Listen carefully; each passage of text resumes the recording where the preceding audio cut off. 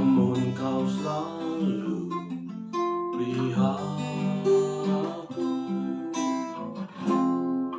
Kasih dan setiamu tak pernah layu di hidupku. Dan katakan semusim berlalu, semusim berlalu, namun kau selalu lihat aku. Kasih dan setiamu tak pernah layu di hidupku. Kami angkat tangan kami.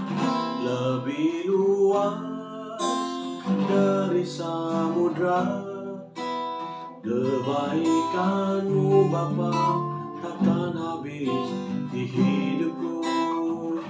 Lebih tinggi dari cakrawala, tak terbatas kasih-Mu. Sungguh ku bersyukur. Lebih luas dari samudra, kebaikan-Mu Bapa takkan habis di hidupku. Lebih tinggi dari cakrawala, tak terbatas kasih-Mu. Sungguh ku bersyukur. Bersembah Tuhan, oh Rabakata Karalaba Yandara Rabakata. Ya Yesus, mulia mata karalamu Yesus. Oh Rabakashana ya Rabakala. Biar pagi ini kami boleh alami hadirat-Mu Tuhan yang menyegarkan jiwa, menyembuhkan, memulihkan, mendamaikan setiap kami. Lebih luas dari samudra, kebaikan-Mu Bapa takkan habis di hidupku. Lebih tinggi dari cakrawala, tak terbatas kasih-Mu. Sungguh ku bersyukur. Sekali katakan, lebih luas dari samudra, kebaikan-Mu Bapa takkan habis di hidupku. Lebih tinggi dari cakrawala, tak terbatas kasih-Mu. Sungguh ku bersyukur. Tak terbatas kasih-Mu. Sungguh ku bersyukur. Tak terbatas kasih-Mu. Sungguh ku bersyukur.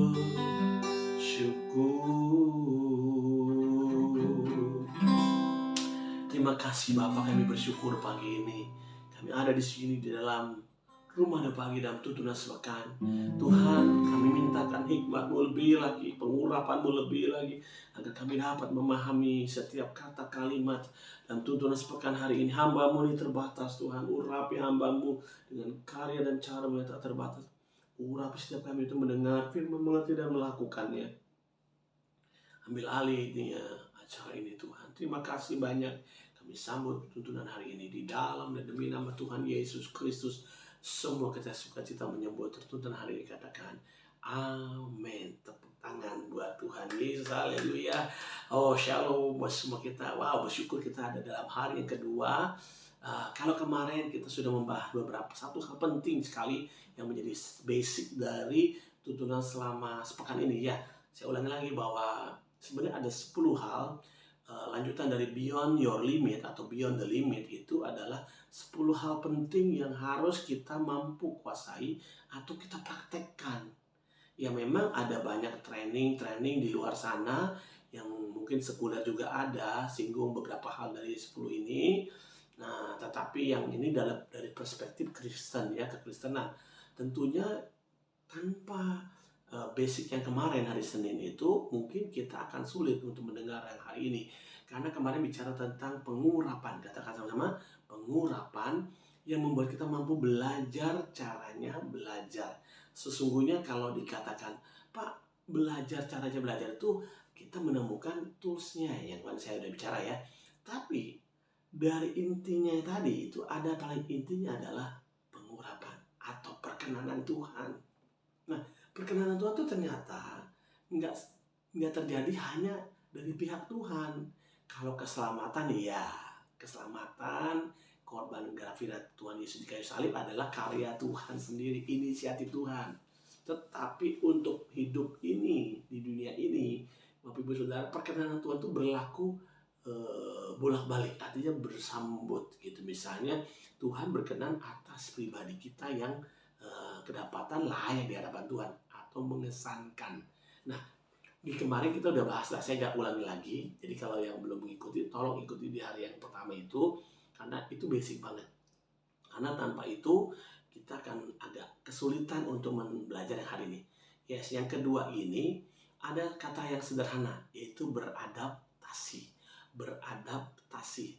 Adaptasi itu atau istilahnya kehidupan yang kita hidupi ini akan selalu berubah-ubah, akan selalu pada zamannya berubah. Misalnya kehidupan kita sebagai anak-anak, ya dari mulai bayi, balita, terus sampai nanti usia emas ya, kan gitu ya. Itu akan selalu berbeda, modelingnya beda, tantangannya beda, kegembiraannya juga beda, passion dan tujuannya juga beda, sangat beda. Makanya kemampuan beradaptasi ini suka nggak suka harus kita punya. Kenapa? Karena kita menghadapi, pertama, kita sendiri berubah menurut usia kita. Yang kedua, zaman ini berubah. Tuhan Yesus berkata kepada para murid daripada ahli-ahli Taurat waktu itu, dikatakan apa? Tanda langit kamu dapat paham ya, langit merah tandanya begini, langit cerah tandanya ini dan sebagainya. Tapi tanda zaman kau tak dapat pahami. Hari ini kita sudah memahami bahwa kejadian demi kejadian, zaman berganti ya, dari zaman dulu. Makanya kalau orang tua bilang repot banget punya anak 2 aja atau 1 aja. Dulu mami punya anak 5, 7 nggak repot. Ya mami di zaman itu nggak sekompetitif sekarang. Tetapi itu kita nggak boleh bantah. Orang tua nggak boleh kita lawan ya kan ya. Tapi memang sejatinya selain usia kita berubah, zaman berganti, tantangannya pasti berbeda. Nah, kemampuan beradaptasi ya dibutuhkan. Tentunya ini di semua lini. Baik dalam dunia pelayanan, dunia pekerjaan bisnis, di rumah tangga, modeling jadi parenting ya, model parenting yang harus kita lakukan berbeda ya. Dulu jadi anak ke orang tua itu sopan gitu ya, baru digentak aja langsung takut gitu ya. Sekarang anak sekarang harus modelnya agak beda, karena nggak bisa lagi dengan model zaman dulu. Guru dulu zaman dulu ya, sekali marah sama muridnya timpa sepatu, lempar penghapus. Waduh, muridnya tetap takut, besok ke sekolah lagi saudara. Tapi sekarang dilempar penghapus sama gurunya, lapor polisi saudara. Zaman udah berubah. Jadi kemampuan ini penting sekali karena kita suka nggak suka. Nah, kita mengetahui itu semua dari mana? Roh kita, jiwa kita, menganalisa. Nah, penting banget. Apa sih tujuan kita, kemampuan ini kita punya, apa tujuannya, apa manfaatnya? Kalau kau bisa tahu dan mampu menguasai kemampuan ini, maka kita akan mudah menentukan mau cara apa, mau gaya apa, mau bikin apa, kita akan lebih mudah. Nah, orang yang selalu ketinggalan atau melampaui waktunya akan mengalami kesulitan menerima kenyataan. Misalnya gini, Dulu dia sebagai anak orang kaya, tuan tanah. Sekarang tanahnya dijualin, udah nggak jadi tuan atas tanahnya gitu ya. Sekarang berasa masih kayak anak tuan tanah dulu. Akhirnya apa? Sombong tapi nggak punya apa-apa. Dicibir orang, sedikit dimarah orang, langsung loyo. Kenapa? Dulu punya power, sekarang nggak ada. Tapi pengen bergaya kayak dulu. Nggak mampu beradaptasi, maka kita bisa frustasi. Nah, makanya ini kenapa saya mengajak saudara belajar yang kedua adalah kemampuan untuk beradaptasi. Saya tahu banyak rekan-rekan saya di training ya, banyak pengajar tentang ini penting. Karena di dalam dunia rohani juga di kekristenan pun sama. Kita mampu beradaptasi. Contoh, saya ambil contoh aja deh ya supaya kita dapat obrolannya lebih dapat nih. Contoh tentang keadaan Ishak. Saudara tahu ya Ishak ya, anaknya Abraham ya. Abraham itu bapaknya Ishak, iya, anaknya Ishak, bapaknya Abraham, Abraham bapaknya Ishak gitu ya. Abraham itu kaya banget, sudah tahu lah, dalam Alkitab ditulis dia sangat kaya. Tapi perjalanan waktu, Ishak meninggalkan Abraham, dan Ishak mandiri dan mengalami masa-masa yang sukar. Masa-masa yang sukar di tanah asing, di tanah perantauan. Susah sekali dia. Tetapi pada saat itu dia punya keputusan untuk melakukan tindakan iman yang Tuhan taruh di hatinya, yaitu untuk menabur. Di zaman paceklik, di musim kering itu dia menabur. Saya paham sekali semua orang akan berkata, aduh hari gini kok ngapain, udah tahu lagi susah, kamu melakukan hal yang gak lazim orang lakukan. Dengar ini ya, Ishak sedang bertemu dengan namanya kemampuan beradaptasi, hasil dari caranya belajar menghadapi kenyataan gitu loh. Makanya kita perlu kombinasi ini. Hari ini kenapa? Kalau dia tetap mengikuti pola orang lain atau pola kebanyakan orang, hasilnya pasti sama deh. Jadi makanya ayo keluar dulu dari zona kita. Kalau ingin beradaptasi, jangan kamu ada di dalam kemelut. Sebisa mungkin kamu ada di atas. Maksudnya begini, misalnya kita tahu kita sedang ada di mana, apa yang sedang kita hadapi, siapa yang dihadapi, kita nggak bisa melihatnya di bawah bersama-sama dengan sejajar.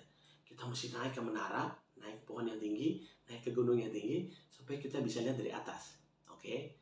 Itu harus punya tuh kemampuan itu tuh untuk beradaptasi. Lihat dulu, ada apa sebenarnya? Oh, lawannya apa? Siapa? Berapa banyak? Dan kemana jalan larinya? Dan sebagainya lah pokoknya itu. Baru kita dapat menentukan sikapnya. Nah, saya ambil analogi tadi ini, contoh tadi ini, agar kita dapat memahami. Kalau kita nggak naik ke atas, kamu akan terus bergulat dengan pergulatan seperti lazimnya semua orang bergumul dengan masalahnya.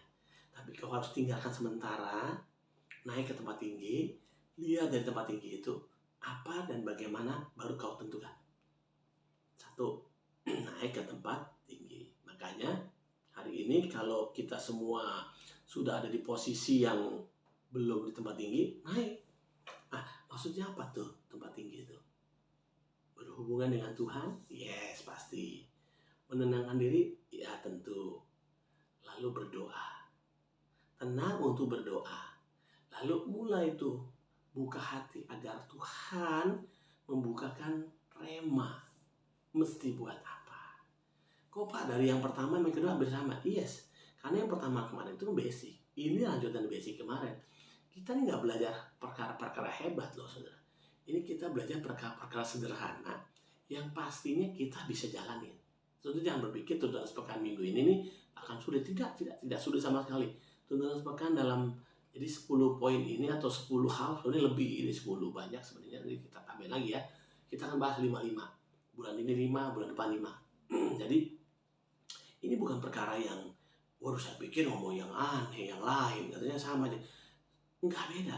Saya percaya semua sudah mendengar, sebagian mendengar. Tetapi apakah kita punya step by stepnya enggak? Kita dengar enggak sekarang? Sudah belum? Kalau tahu, tapi kenapa enggak jalanin? Kalau belum, ayo jalanin. Supaya kau dapat satu. Namanya melihat dari tempat yang tinggi. Oke. Sesudah melihat dari tempat yang tinggi, keputusanmu untuk melangkah dalam imanmu itu butuh keberanian dan bertahan lebih lama.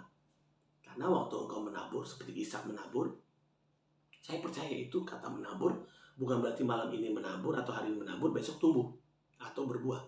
Tidak. Ada proses waktu yang cukup panjang, di mana mereka harus berhemat untuk makan sampai masa tuaian terjadi. Jadi dalam kemampuan beradaptasi ini, siapkan kehidupan yang paling, atau gini, kebutuhan hidup kita sesuaikan. Kebutuhan rohani kita sesuaikan. Kebutuhan apapun yang berhubungan dengan proses beradaptasi ini harus kita sesuaikan.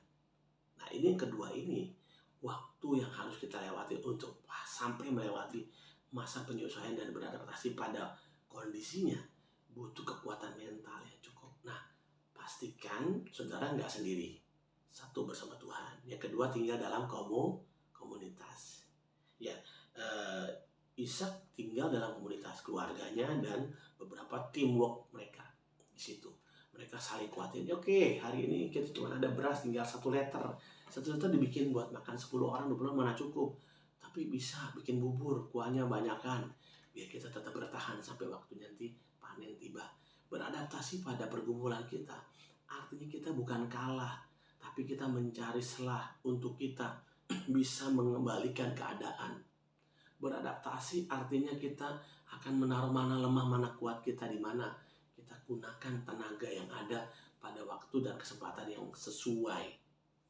Ingat, beradaptasi bukan berarti kita nih hebat, tidak. Semua orang sudah sama, dikasih kehebatan yang sama dengan Tuhan. Dikasih sama Tuhan tuh semua kapasitas sama. Tapi kadang kita nggak bisa meletakkan di mana kita mesti kuat di sini, mesti lentur di situ, pokoknya dalam beradaptasi itu kita benar-benar bisa menentukan mana yang prinsip, mana yang nggak prinsip, mana yang boleh dilenturin, artinya boleh naik turun, maju mundur, kurang lebih gitu ya. Tapi mana yang nggak boleh sama sekali?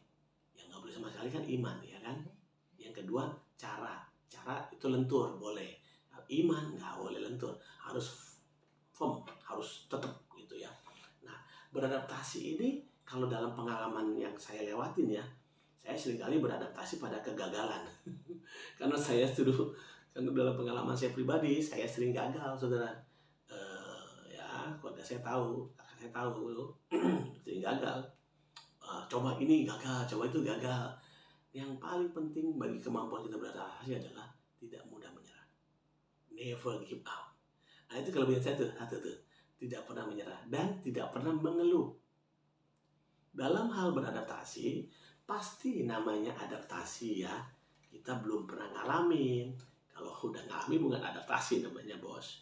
Ini beradaptasi belum pernah ngalamin. Jadi perlu kemampuan untuk tidak pernah menyerah dan tidak pernah mengeluh atau menyesali. Never give up dan no regret. Itu dulu temanya pernah saya sampaikan. Nah, itu tuh kata kuncinya. Bagaimana caranya tidak mudah menyerah dan tidak mudah menyesali, karena kita tahu hari ini memang masa kita beradaptasi. Sehingganya kita harus sadar kalau salah ya emang iya dong.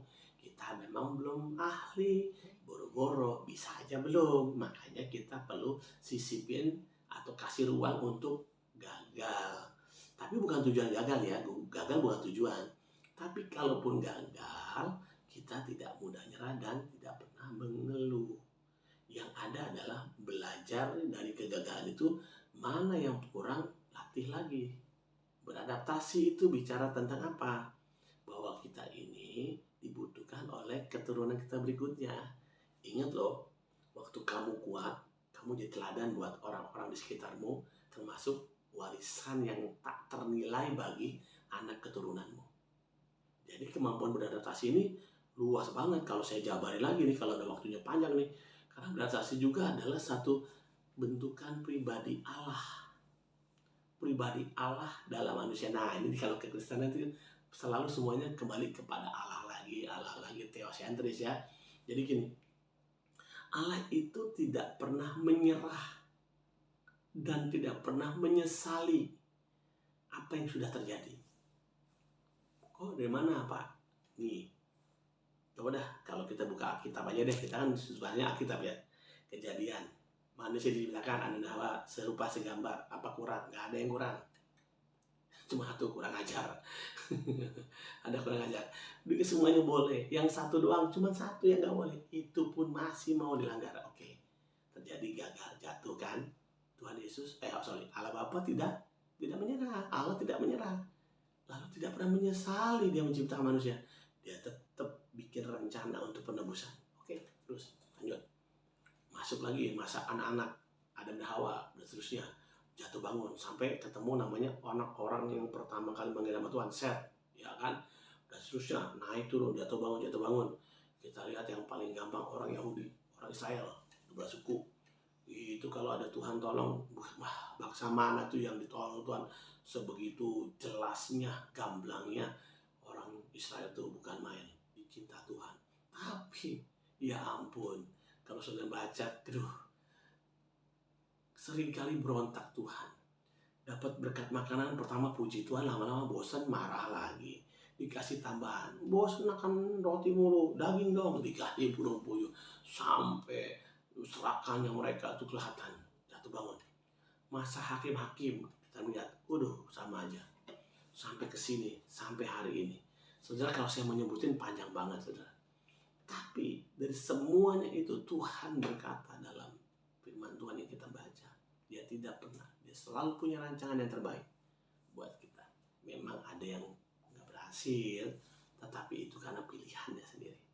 Hari ini kalau kita nih dimampukan untuk beradaptasi karena kamu punya kemampuan ilahi. Amin. Allah Bapa kita itu Allah yang tidak pernah menyerah dan tidak pernah menyesali apa yang sudah terjadi. Kenapa gitu? Makanya dia terus beradaptasi pada keadaan yang terus berkembang.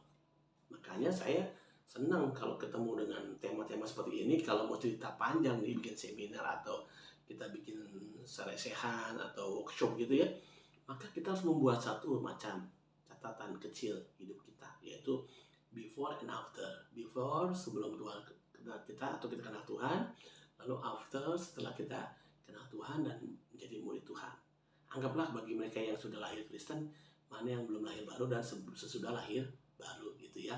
Lalu di situ kita beda ini, waktu belum lahir baru, pandangan kita, fokus kita apa, sudah gimana.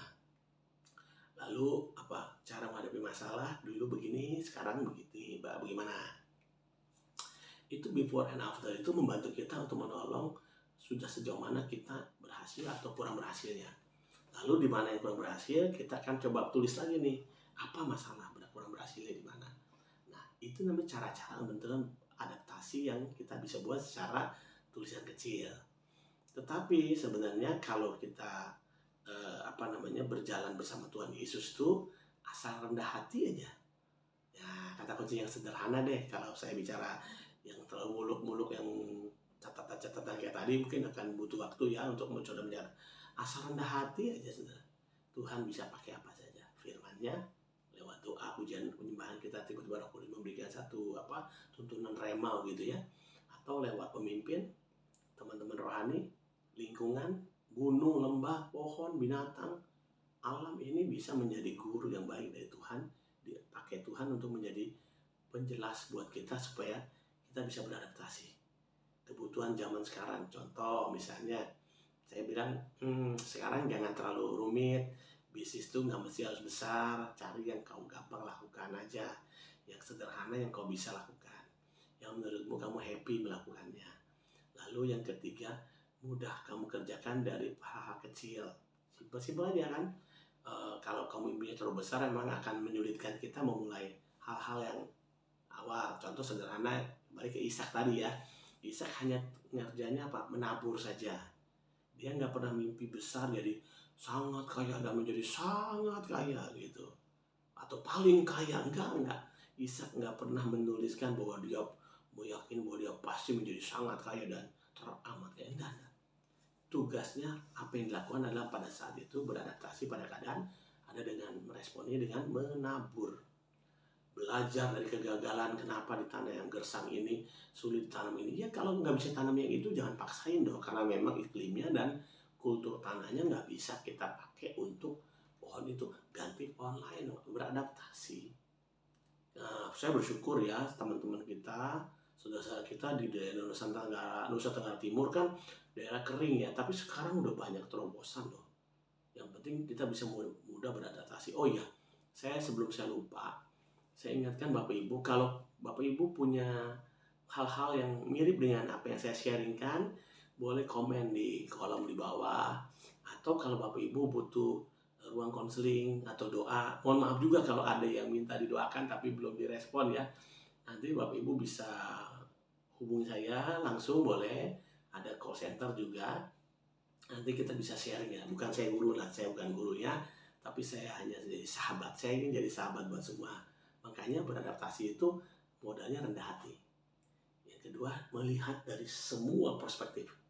Jangan terlalu kecil kita melihatnya, karena tadi saya katakan dari firman, pujian, penyembahan, doa, lalu dari pemimpin, dari teman-teman sejawat kita, dan lingkungan dan sebagainya. Nah, saya mengajak ya saudara merenungkan, kalau Ishak menabur saja belum tahu kapan dia menuai, tapi dia percaya kalau dia orang menabur, kapan waktu pasti menuai. Memang pertama gagal, bisa tetap menabur. Berdua gagal, tetap menabur. Sambil belajar kegagalan apa yang membuat, atau hal-hal apa yang membuat kita gagal, sehingganya kita akan mengurangi risiko gagal. Nah, saya mengajak saudara, ayo dong, kalau hari ini kau punya bisnis apa, usaha apa, pelayanan apa yang kau sedang gumuli dan sedang kau hadapi, atau keluargamu, atau siapapun, kamu beradaptasi aja. Caranya gimana? Jangan anggap diri kita sudah, tapi anggap diri kita sedang berproses. Memang aslinya begitu sih. Jangan pernah menganggap, oh saya sudah. Bilang, saya sedang. Ya, katakan apa? Saya sedang beradaptasi, sedang berproses. Jangan bilang, saya sudah. Kalau sudah itu beres, sudah. Artinya udah nggak akan meningkat lagi. Kalau bilang saya sedang, karena sejatinya sampai kita ketemu Tuhan Yesus, itu barulah kita udahan tuh beradaptasi. Padahal, pada saat kita akan memasuki zona kekekalan aja, kita akan beradaptasi dengan model-model yang baru lagi nanti. Sejatinya begini ya, setiap orang di hari dan minggu dan bulan dan tahun itu akan tidak sama. Makanya butuh kemampuan dan kesadaran untuk bisa beradaptasi. Memang nggak gampang, tapi kita mau nggak mau harus hadapi. Makanya kalau saya hanya sharingkan dari sisi yang saya pahami dan firman dicontohkan contoh-contoh kecil tadi itu, tapi saya minta saudara sama-sama berdoalah agar Roh Kudus kasih pemahaman tentang ini lebih kuat lagi. Nah, sekarang kalau gitu tinggal prakteknya. Ada juga di belakang sudah bicara tuh, saya paham kalau itu apa, nggak usah diomong. Betul, kita semua paham. Ada banyak beberapa kita yang sudah paham. Tapi pertanyaannya, sudah belum kita berubah? Sudah belum kita dapat melakukan satu hal yang mendapat kita lebih positif? Saya teringat tentang itu loh.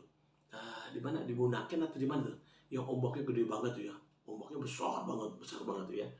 Itu buat banyak orang menakutkan, tapi buat beberapa orang yang pandai berselancar ya, itu sangat menantang dengan ini waktunya saya nih gitu. Tapi tahu nggak saudara, orang itu bisa sampai di situ itu butuh latihan.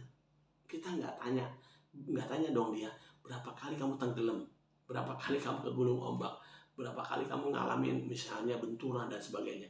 Kalau kita tanya pasti banyak cerita itu. Tapi tahu saudara, kemampuan mereka yang hebat itu adalah proses beradaptasi pada keadaan yang dia yakini dia bisa. Walaupun nggak semua orang akan menyisihkan waktu berlatih kayak mereka. Nah, tapi karena mereka sudah punya passion, nah yang berikutnya adalah passion atau sebuah goal yang nggak bisa ditahan atau dihambat oleh waktu atau dihambat oleh omongan orang gitu ya. Maka percayalah, proses adaptasimu makin dekat kepada hasil. Amin dulu ya. Saya panjang saudara. Saya kadang kalau tiba-tiba Tuhan kasih ingat dalam tuntunan sepekan ini mengalir saudara, sangat-sangat cair karena saya coba menuangkan apa yang di hati yang Tuhan taruh, agar sebab yang saudara alami itu saya alami pasti. Saya juga sama kayak Bapak Ibu Saudara. Kita sama-sama makan nasi, kita sama-sama berkumpul di bumi yang sama, di langit yang sama, di atmosfer yang sama, pasti nggak jauh-jauh beda lah. Tapi saya mau bagi apa yang saya mampu lewati. Tapi tentunya saya belum sampai sempurna ya, kapasitasnya belum lah. Tetapi paling tidak saya men-encourage kita semua, mendorong kita semua harus melakukan. Dan saya percaya, saya doakan saudara jauh lebih dahsyat dari apa yang saya ceritakan ini terjadi. Haleluya. Boleh saya berdoa buat kita semua? Karena itu mari kita tutup mata, kita angkat tangan. Bapa, aku berdoa kalau pagi ini kami sudah mendengar beberapa hal penting. Tentu masih banyak lagi yang harus disampaikan, tapi memang waktu yang terbatas. Kiranya Roh Kudus menerjemahkan lebih luas lagi untuk kemampuan beradaptasi pada waktu, ada kenyataan keadaan yang berbeda dan usia kami yang berbeda. Tuhan, di tangan hati terbuka, berikan roh rendah hati, kepekaan yang daripada tempat tinggi, pengurapan Roh Kudus, mampukan kami semua untuk menang. Terutama komitmen kami untuk bertahan lebih lama, tidak pernah menyerah dan tidak pernah menyesali apa yang sudah lewat. Terus memandang Tuhan, punya passion yang kuat. Aku percaya Tuhan, ini akan memampukan gerejamu, para muridmu untuk beradaptasi pada setiap keadaan. Biar aku lepaskan pengurapan ini dalam nama Tuhan Yesus Kristus. Dalam nama Tuhan Yesus. Terima kasih Bapa, aku serahkan gerejamu. Jadilah kehendak-mu, datanglah kerajaanmu di setiap kami, di pribadi, di lingkungan keluarga kami, dan dalam semua apa yang Tuhan percayakan. Di dalam dan demi nama Tuhan Yesus Kristus, semua kita yang bersukacita menerima tuntunan dikatakan amin. Tepuk tangan buat Tuhan Yesus. Saya mengajak kita, mendorong kita untuk mengikuti tuntunan sepekan di esok hari, dan ajak yang lain, bagikan ke yang lain kalau sekiranya ini berguna buat kita. Sampai jumpa besok. Tuhan Yesus memberkati.